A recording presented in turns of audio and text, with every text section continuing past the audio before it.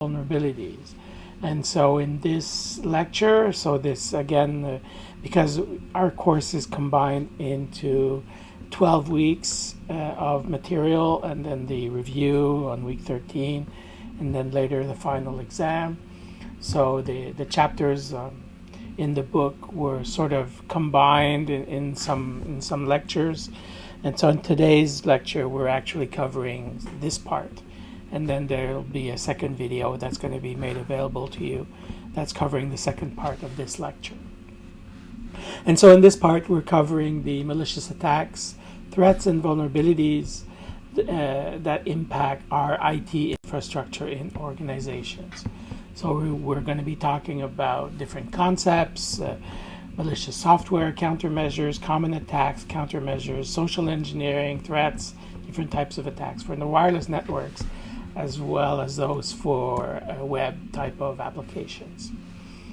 Keeping in mind that from a global perspective and a national perspective here in Canada, malicious attacks have been increasing. And so this is really a global phenomenon.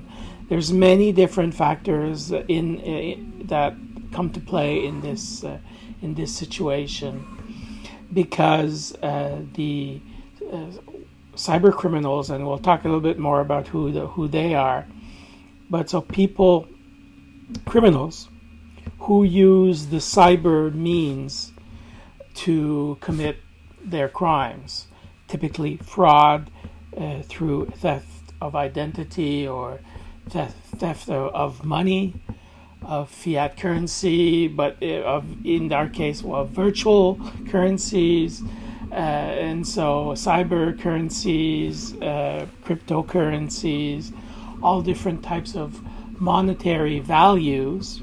So fiat currency being like, hard cash. Obviously, that's not directly circulating through the internet, but there's things that can easily be converted into cash, or that have a value that can be relatively interesting for the cyber criminals.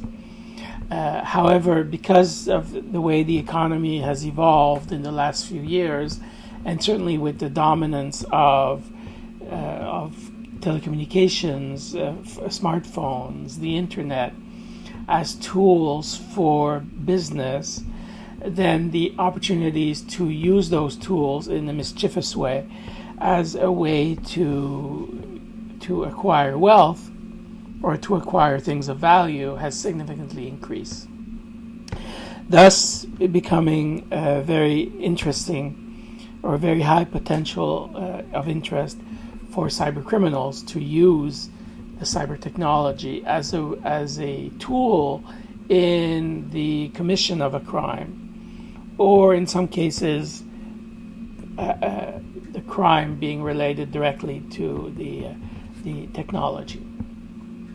And so this, we've seen this certainly in all kinds of statistics showing that this is increasing. This is increasing both in the private sector, so companies, financial institutions, banks, all kinds of cyber crimes that are affecting all kinds of companies, and we'll be talking a lot more about those. And also the public sector. We've seen in the last few months, for example, an increase of ransomware attacks on government agencies, both in Canada and in the US. This has increased quite a bit in the last few months. And so through a phishing attack, where a cyber criminal will send emails to the government agency, somebody there is going to open that email, unknowingly will be installing an encryption software on their network, and in order to so this will encrypt all the data. In order to decrypt the data, the government agency, will be required to pay a fee to the cyber criminals, typically in bitcoins. So that's known as the ransomware attack, where I'm holding your data ransom, sort of like a kidnapping kind of thing. And so there's been a very big increase of those types of attacks, particularly to municipal government agencies, small or medium-sized cities that don't necessarily have the means and the staff to put in place a complex cybersecurity infrastructure, and who have ended up paying in many cases, which is perhaps not the recommended strategy to pay them. But when you need your data back, and the cyber criminals, if they want this to work, they don't have a choice. They have to give you access back to your data when you pay, because then otherwise no one would pay anymore. So it's a business, right? There's people who make this their business, and they're very, very successful at it. We've seen an increase of attacks coming from some countries. China, for example, has shown a big increase, but the US as well. So we, as cybersecurity professionals working in organizations, we have things that we need to protect because they have value to us. And so we have, for example, customer data. That is one element. And so in order to do business, we require customers to give us access to their data, because in some cases we're legally obliged to get the data. Like in the financial sector, we need things like your social security number, your address, your name, and some information that will allow us to identify who you are, like the maiden name of your mother and things like that. But this has value to cyber criminals because they can use this information in all kinds of ways to do identity theft, identity fraud, or they can just use it to acquire goods and services in your name. So this, for us as a business, this has value. If this gets stolen, we'll have all kinds of significant impacts for the organizations, such as loss of reputation is certainly one that will significantly impact the organization, particularly if we don't do a good job at managing the crisis, and also if we're not prepared to react when such a thing happens. We have network infrastructure, computer systems, IT infrastructure that need to be protected, because we rely on those systems in order to do our business. We have intellectual property. We've done research and development. We've developed new techniques, new tools, new products, new services. And so how we've done that work has value to us. And so that's something that we don't want to lose, and we don't want to be divulged. For example, companies in a country where they have a lot of manufacturing capabilities, who may have interest into acquiring or not acquiring, but getting a hold of our intellectual property so they can duplicate at a lower cost, and not having to invest on research and development. They can actually resell the same products at a much lower price and still be making money, because they don't have to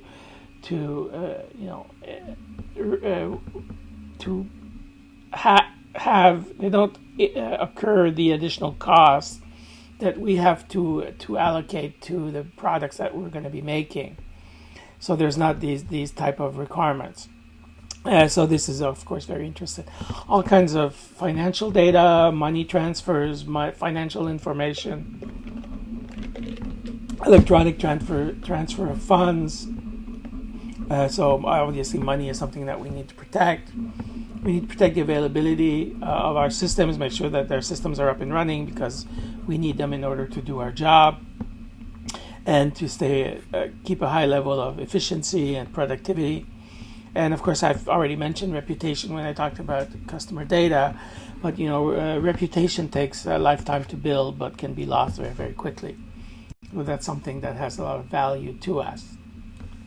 So if we come back to the model that we spoke in previous lectures, looking at the different domains of our information systems, there's different aspects of things that we need to protect, because in all of these different domains, in the same way that there's different capabilities, there's different aspects that may be attacked in those different domains. And we'll come back to that, because I think we'll be talking of that in the next few slides. But do keep in mind, there's all of these have different issues, potential weaknesses, and they can be attacked in different ways, all the way from the actual user to the network systems, the local systems, the wireless systems as well. So there's professionals out there that we talked about, to which we very often will refer to with the generic term of hackers. In reality, we shouldn't really be talking about hackers, because hacker is really a mindset. Hackers are traditionally, we've referred to hackers as people who are curious and who like to understand how things work. I'm a hacker, but I'm not a criminal, and that's the crackers. Cracker is the criminal hackers. So these are what been referring to as cyber criminals. So these are people who use the techniques of hacking, of trying to figure out how things work and trying to figure out the ins and outs and weaknesses and strengths of these different components of our information systems and of our information technologies. But however, they want to use them in a mischievous way. They want to use them in a bad way. Those are the crackers. So they have a hostile intent. They have what lawyers would call mens rea, criminal intent.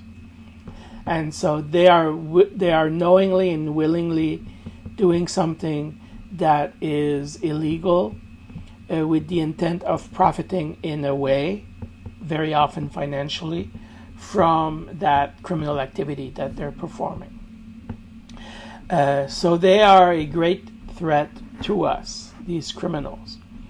Now, we shouldn't think of criminals as, a 30-year-old male living with his parents, working out of his basement. Or the classical image that you're going to see maybe in some movies, right? Or that you've seen in the past in movies. Very often, these criminals can be actual employees, people working in your organization, as well as being organized criminal groups. So we have the whole gamut of cyber criminals that exist, that are out there. We tend to categorize them in three broad categories, and this refers to the old cowboy movies, where in the old cowboys movies you'd have the good guy and the bad guy. And the bad guy would always have a black hat, and the good guy would always have a white cowboy hat. That's the white hat hacker. The white hat hacker is somebody who's using the same techniques as a cyber criminal, but he's using them from inside the organization as a way to continuously test and push the envelope on the organization's cybersecurity in order to identify what are the potential vulnerabilities that we have, what are the potential things that we have that may cause a problem that a black hat, the actual criminal, might actually exploit in a way that it would cause some kind of damages to us. So the black hat and the white hat are really sort of the same profile of individual, but one's doing it for the organization, working for the organization, or hired on contract for the organization, typically part of a team of white hat hackers that is known as the red team, or also as offensive cybersecurity.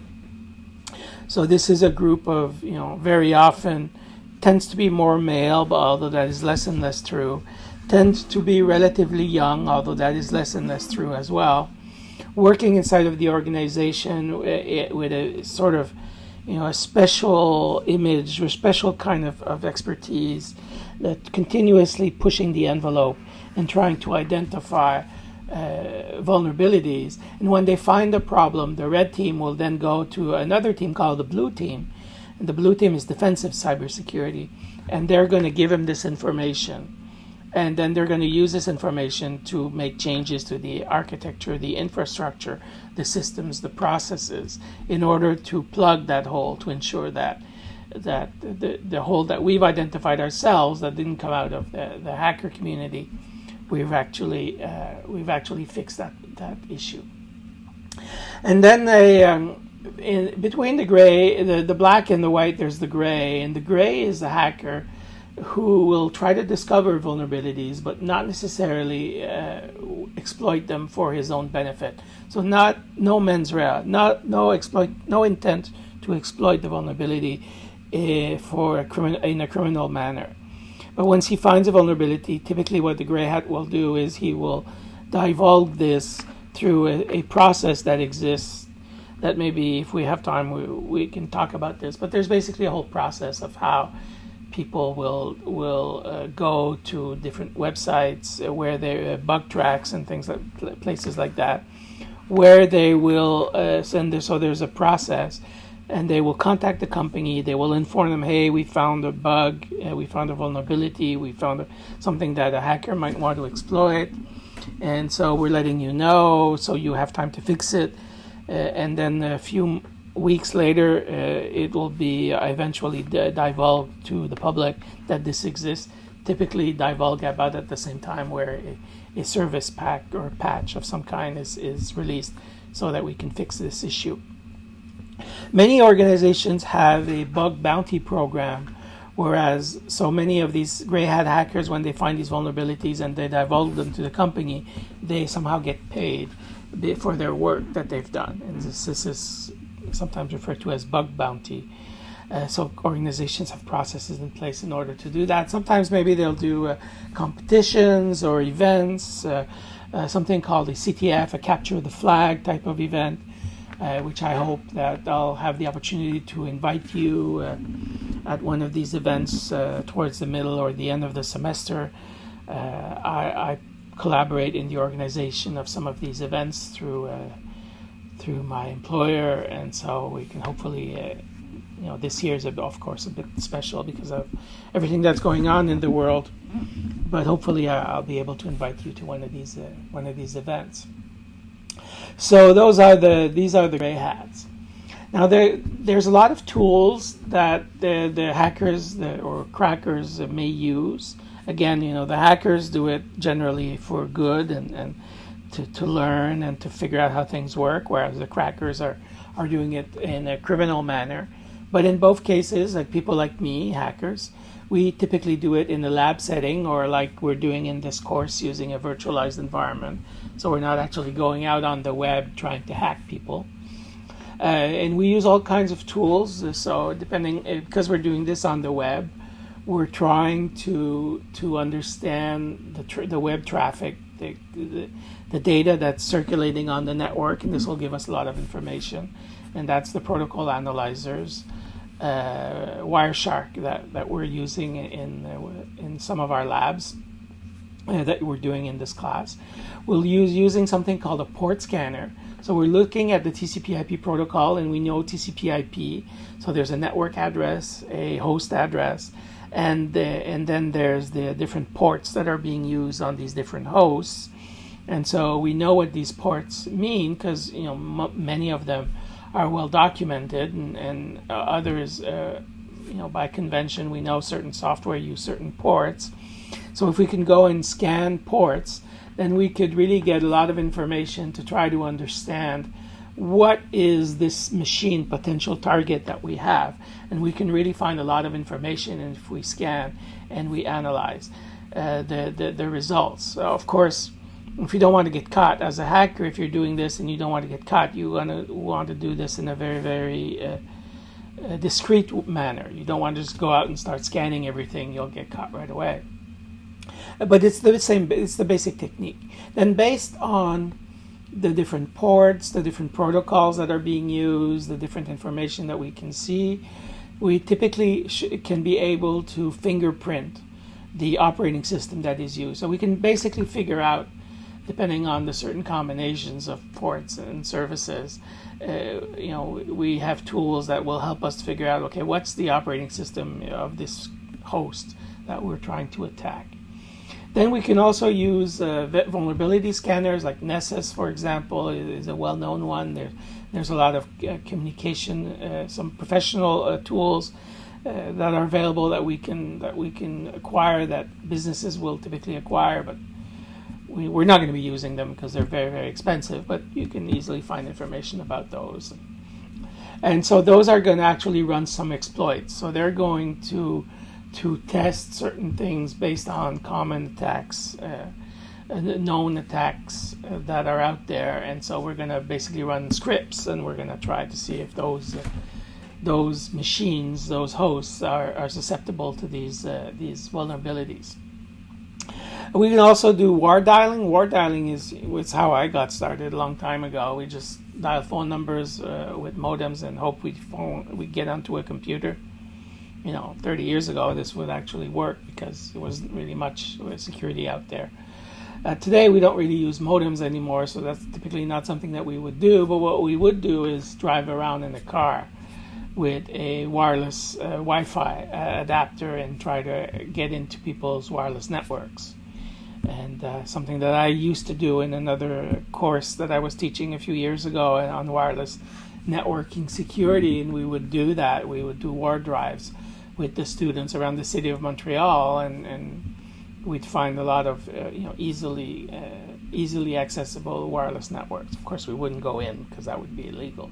We were just identifying where they were and that they existed. There's tools that we can use. So once we found the machine, we know the operating system. There's different tools that we can use to try to figure out what the user ID and passwords are. Well, we have a good idea what the user IDs could be because we've done our research and part of our recon phase.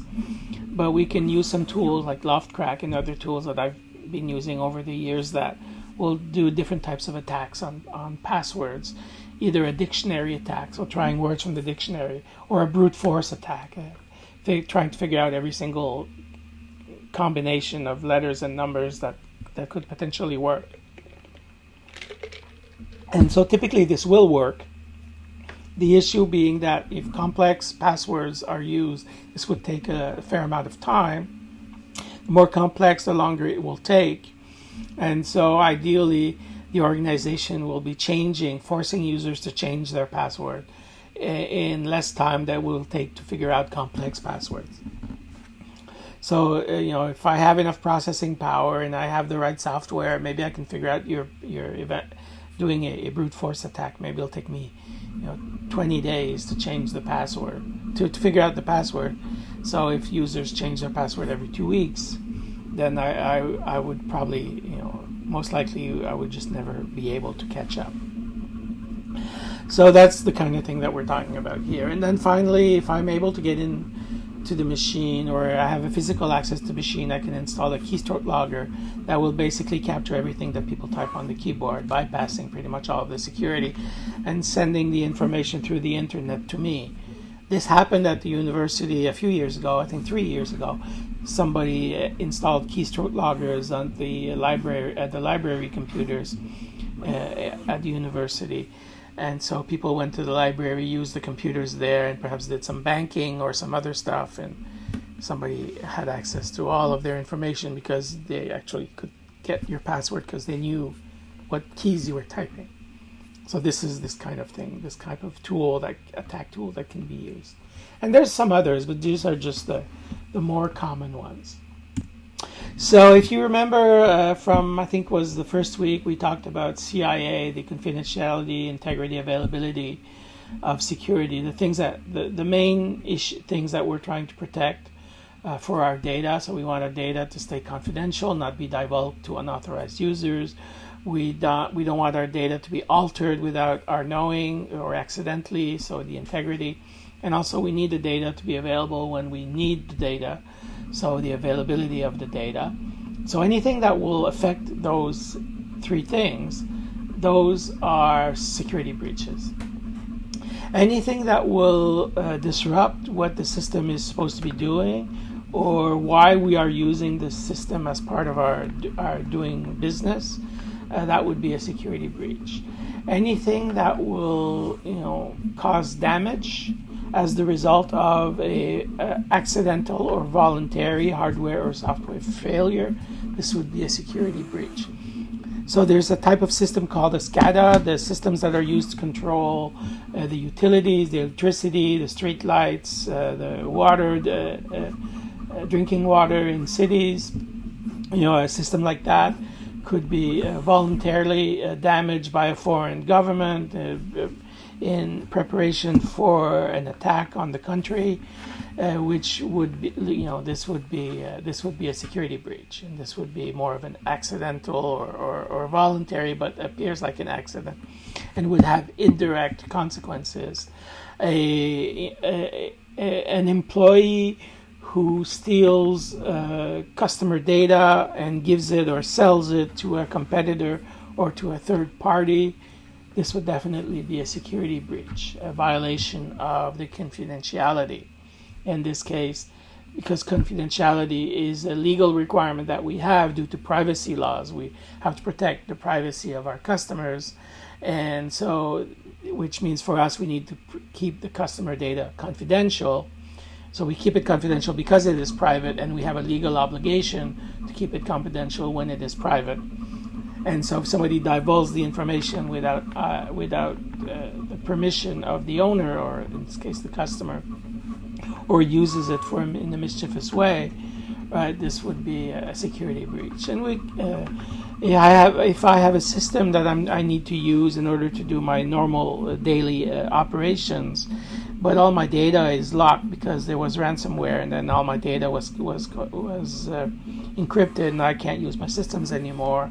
So this would disrupt how I can use the system. This would be a security breach. And so this can happen in just so many ways. I mean, if we really wanted to make a list of all of those, I think we'd be here all day. But we're going to cover a few of them that I think are of more interest to us. So that at least may want to that you should know about, and that are going to be covered. So that are the most common ones. So one that's the first one is the denial of service attack. So basically, if I can keep your servers so busy that they're not able to do what they're supposed to be doing, that's a denial of service attack. And I would typically do this in two ways. So I would just flood your computer with all kinds of useless data, useless packets, and eventually it's going to be too busy. That's one way. And the other way that I'm going to do it is the next slide, which is the distributed denial of service attack, which is really the more common way to do it. So instead of having just one machine sending you data, sending you packets through the network, I'm going to have a whole bunch of machines that I'm going to co-opt into some kind of zombie army of machines that is going to be available. So I've previously hacked all these machines in all kinds of ways, getting people to click on stuff through a mass email phishing attack. And then once I have control of these machines, then when I'm ready, I can have all of these machines flooding your servers or your machines with useless traffic. So while your machines are doing that, handling this useless traffic, they're not able to do what they're supposed to be doing. So that's the distributed denial of service attack. But it's basically the same thing.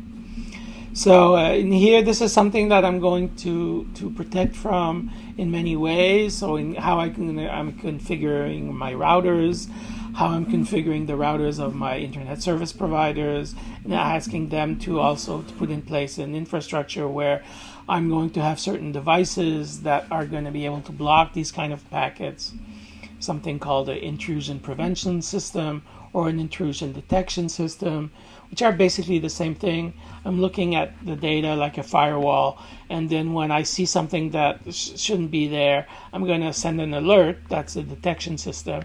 Or I'm even going to do some actions like close some ports or close some things on my network infrastructure, and that's the IPS, the intrusion prevention system. So the prevention is going to be active, the detection is going to be passive and just letting me know there's an issue. Of course, sometimes it'll generate a lot of false positives, and this is one of the big issues of these, and how reliable these systems are have a lot to do with how good they are at identifying false positives. Because if I'm spending all my energy trying to prevent things that aren't really problems, false positives, then I'm wasting my time. Eventually I'm going to give up on using the system. I'm just not going to use it anymore. So I already talked about the DDoS. So same thing, just from multiple sources at the same time. Unacceptable web browsing. So I need to have a policy in place, and I want to make sure that my users aren't doing what they're not supposed to be doing. So I'm going to create a policy, but also I want to have mechanisms in place and filters and tools that are going to be ensuring that my policy is going to be respected. And so because I want to make sure that when people are opening up files or going to certain websites, there's certain activities that I don't want them to be doing. There's certain things that I don't want them to open. I also don't want them to become a backdoor, to become a vulnerability in creating a backdoor into my network by doing these kinds of things. So wiretapping, so basically listening either in an active or a passive way, listening to the network traffic, acting as a sort of man in the middle and looking at all the traffic. Typically, we see this in the airport setting, for example, or an internet cafe or a coffee shop where people go to telework and a co-working space, and then somebody would put in, you would set up their computer so it looks like it's a wireless access point, and having legitimate users are connecting to it, to the wireless network because they want to do stuff, but in reality they're not connecting to the network of the cafe. They're connecting to the person's computer, and then he's sending them off to the internet through there, but filtering all the traffic as it goes through. We've seen cases of that, like in Starbucks, but also in airports. We can also see that if you have physical access to a wired network, it's the kind of thing that people may want to do. What is more common, perhaps, or easier, is the passive filtering, just sniffing, just looking at the traffic going by. This is sort of what you guys are doing in the lab with the Wireshark. This is sort of kind of thing, looking at the traffic and trying to make some sense out of the traffic. Typically, backdoors are accesses that are created either unknowingly knowingly by developers who want to give themselves a way to come in and do support, perhaps, but who may also, once they get fired, the employees, there's been cases of people coming in their old employers after they've been fired and using this backdoor to do things that they weren't supposed to do, like lock access to files or delete stuff. And of course, hackers can create backdoors or use backdoors that they've figured out through port scanning, perhaps, or other means, that they are there. Through exploration, they found that certain software has this backdoor built into it somehow, perhaps an operating system or a database system that's commonly used has a door, and it's not documented, but they found it. So they're able to use that to get access to systems, and so they'll go in and they'll modify data, they'll access data, they'll copy data, all kinds of different things that they're going to be doing in this way. So additional challenges. Not sure what's the intent here, but definitely the idea of spam, right? And so a lot of spam going around and getting people to click on stuff and do things that they're not supposed to be doing, using cookies off websites in order to get a way into your web browser and to get access to a lot of information that way, and to also look at those cookies that are providing a lot of information about what you're doing. So risk is the possibility of something going bad, right? Of something not happening like it's supposed to. And the next presentation part of today's class, we'll be talking about that a bit more. Threats, so the actions that can cause compromission or damage to an asset. And vulnerabilities, these are the weaknesses. These are the things that we're looking at. Now, what we need to understand is that threats will exploit vulnerabilities, and by exploiting vulnerabilities, they can result some damages, and so this is what risk is. So, and again, we'll talk more about that in the second lecture, but just keep in mind it's the exploitation of a vulnerability by a threat, that is the problem of risk. We can't eliminate risk. Risk is always going to be present. And every time there's opportunities, there has to be risk. It's a side effect of opportunities that there's going to be risk. But what we can do is we can try to reduce the impact. So if something actually happens that'll cause us damages, right? We can also eliminate the vulnerabilities as much as we can. So those are really the big things that we're trying to do in cybersecurity. So if a threat exploits a vulnerability, there's going to be an impact. How can we minimize the impact? For example, by making backups, we're not going to prevent some kind of problem. But if it does happen, we can restore the backup. So the impact is going to be damaged. Also, we can put in place some mechanisms like antivirus, for example, that is not going to prevent a virus, but if the virus does arrive, it's not going to affect our systems. But we have mechanisms in place to prevent the likelihood that the threat will exploit the vulnerability. Instead of exploiting the vulnerability, we're just going to quarantine the virus, and so it's not going to have the opportunity to make any damages. So those are basically the things that we do in cybersecurity. If something happens, minimize the impact, or try to figure out a way that it's less likely that this is going to be happening. So we can minimize threats and reduce vulnerabilities as a way to reduce the overall risk. And because threats, risk, and vulnerabilities, they can negatively impact the CIA triad that we have. So this is confidentiality. So threats exploiting vulnerabilities may affect the confidentiality of our data, may affect the integrity of our data, may affect the availability of our data.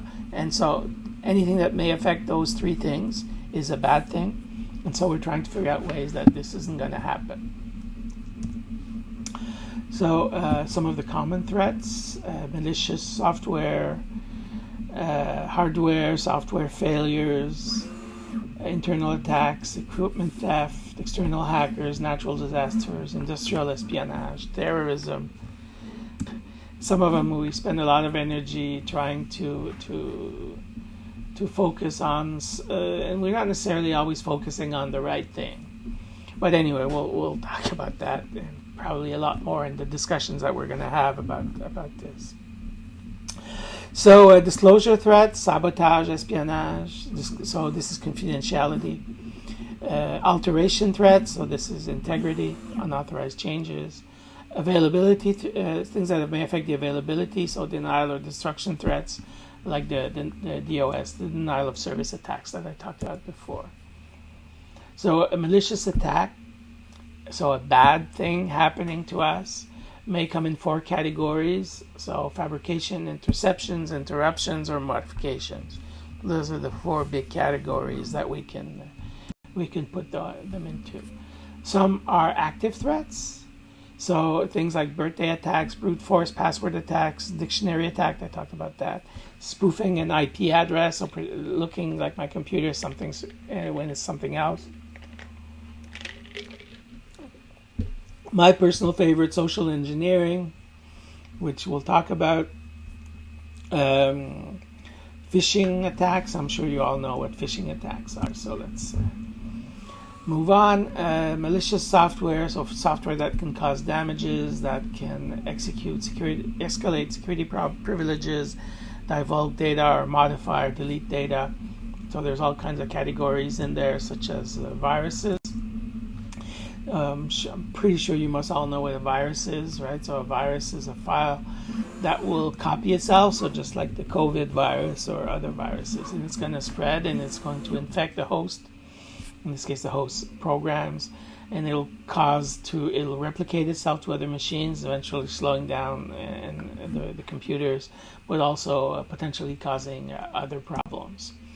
A worm is self-contained program that replicates and sends copies of itself to other computers without any user input or action.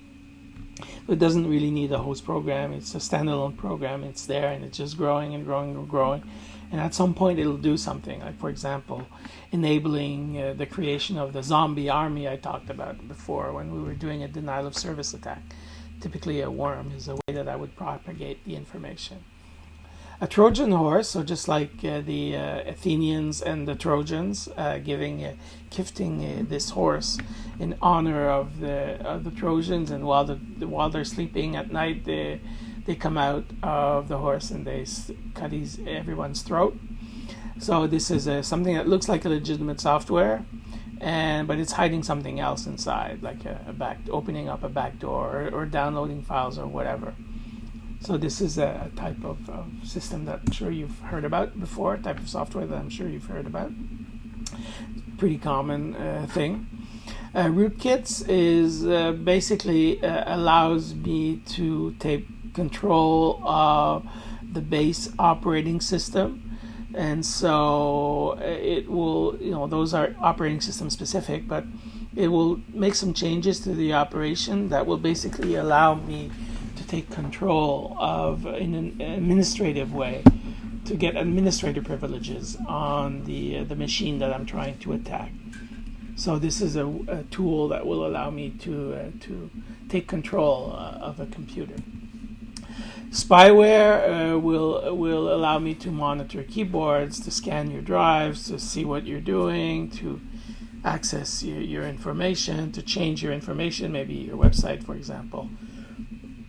So this is, so it's a spy. It's a software that is acting as a spy for the cyber criminal and trying to figure out as much information as possible. So as I said, the common types of attacks on availability of the machine, attacks on the assets, attacks on people. Those are really the common threats. So the attack on availability, attacks that impact the access or the uptime of a critical system of applications of data. Attack on people. These attacks would involve using coercion or deception to get another human to divulge information or to perform an action, like clicking on a URL, for example, or an email attachment from an unknown email address. Attacks on IT assets, so in penetration testing, unauthorized access, privilege escalation, stolen password, deletion of data, or performing a data breach of some form. So my personal favorite, I guess the most fun, would be social engineering. So here is an attack where we're going to try to get people to give us as much information as they can, and then we're going to use that information as a way to gain access and then perform some kind of cybercrime. Typically, when we have the big capture the flag events, we usually have a cyber social engineering competition. And I think the last one I was at, the winner of the competition was able to get someone to give them their user password and login information in less than 5 minutes. So here, of course, in the context of these CTFs, they're typically subsidized and organized through a particular organization who gives us permission to run this as a penetration test. It's good for them because it allows them to test their security. And of course, with the knowledge that this isn't going to be done in a criminal way. But certainly criminals can do the same thing and are really, really good at it. Kevin Mitnick being the king of this. If you don't know who Kevin Mitnick is, you might want to Google it. And there's some really good videos out there, and even movies were made about this guy. But he was the king of social engineering. So different types: authority, using a position of authority to coerce or to persuade an individual to divulge information. So I call you and I say, hey, this is Mark from the IT support department. We're having a problem. Can I get you to try to log in? No, it's not working. I don't see you on the console. Maybe let me try on my side. What's your user ID? Okay. And what's your password? Oh, okay. People will give it, surprisingly.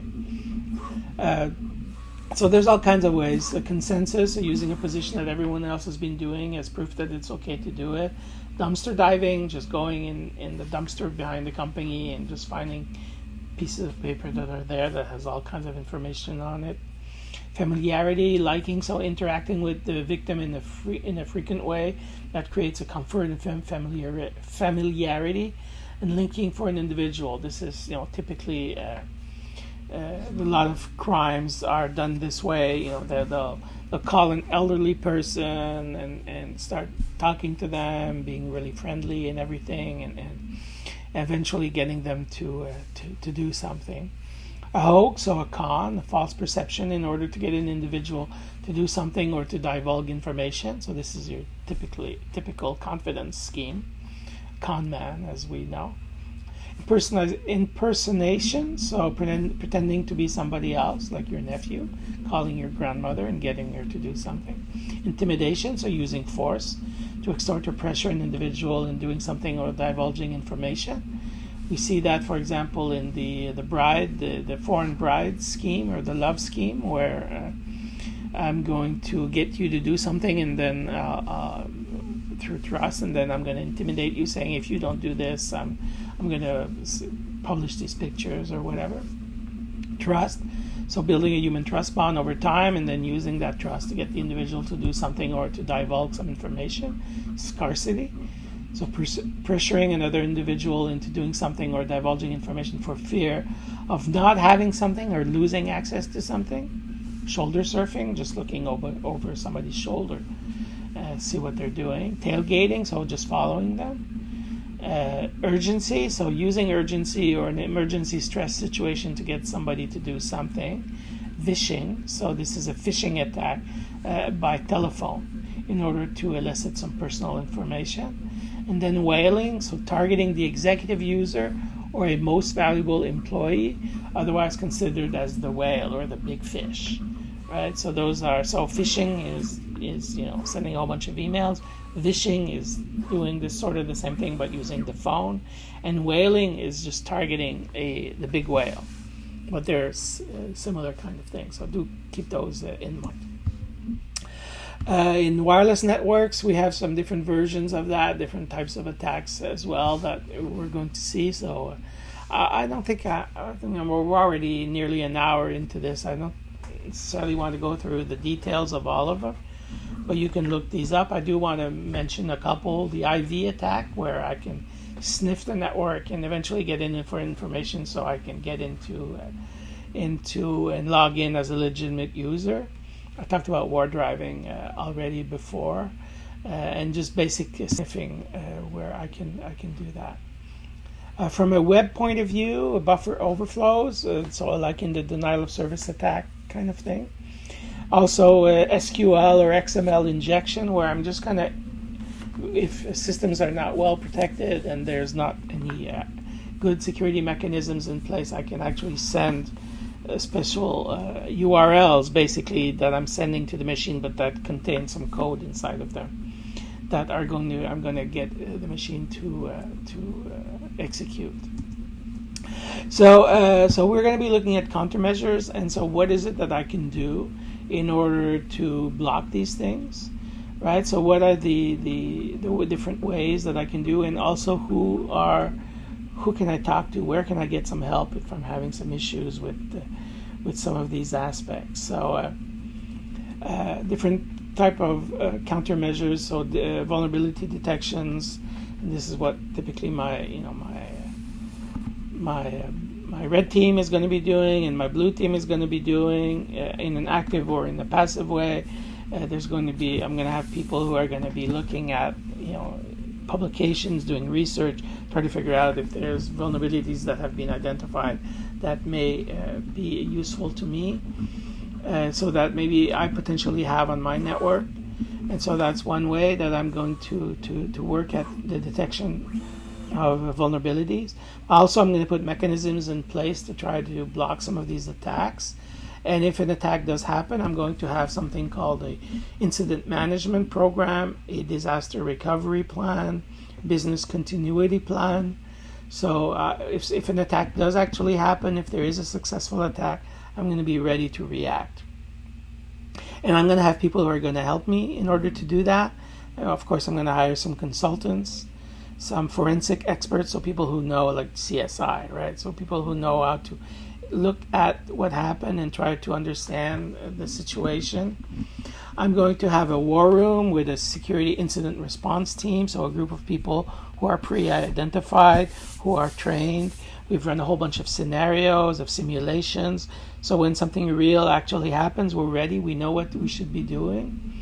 And then in some cases, I'm also going to deal with law enforcement agencies and law enforcement officers, LEOs, to try to apprehend and arrest and then prosecute the cyber criminals. It should be noted, however, that that's not necessarily always done. Not all of these things are going to be done. Sometimes, some organizations choose not to go to law enforcement agencies for many different reasons. One of them may be to protect their reputation, but it's not necessarily the only reason that we're going to find. So in malware, for example, so the human issues, the human weakness, the human vulnerability, all the things relating to phishing and vishing and whaling and social engineering, etc. All of these have something in common, which is the user as a vulnerability, the user at the center of my issues. And so this is where I need to do cybersecurity awareness programs. This is where I need to do education programs. This is where I need to have politics. This is where I need to publish and to have in place bulletins and things, but also to have a certain number of protocols that are going to prevent users from transferring files and transferring certain information, and all kinds of protection software like anti-malware software, antivirus software, etc., using secure logons, authentication processes. But this is something that perhaps we'll talk a little bit more in the discussions, because maybe I can give you some examples, but I don't necessarily want to post them here in this video, of real world situations and experiences that I've had. As well, there's some agencies, some organizations that are working on this. We have some examples here in the US, but we have some as well in Canada that we're going to be talking about. Finally, having firewalls in place with business rules that are controlling all this information and trying to ensure that we try to block as much as possible the the unauthorized things that may be trying to come into our network. So that's it for this lecture. So again, I remind you, as part of this week's class, we have 2 lectures. And so this is the first part. So thank you very much.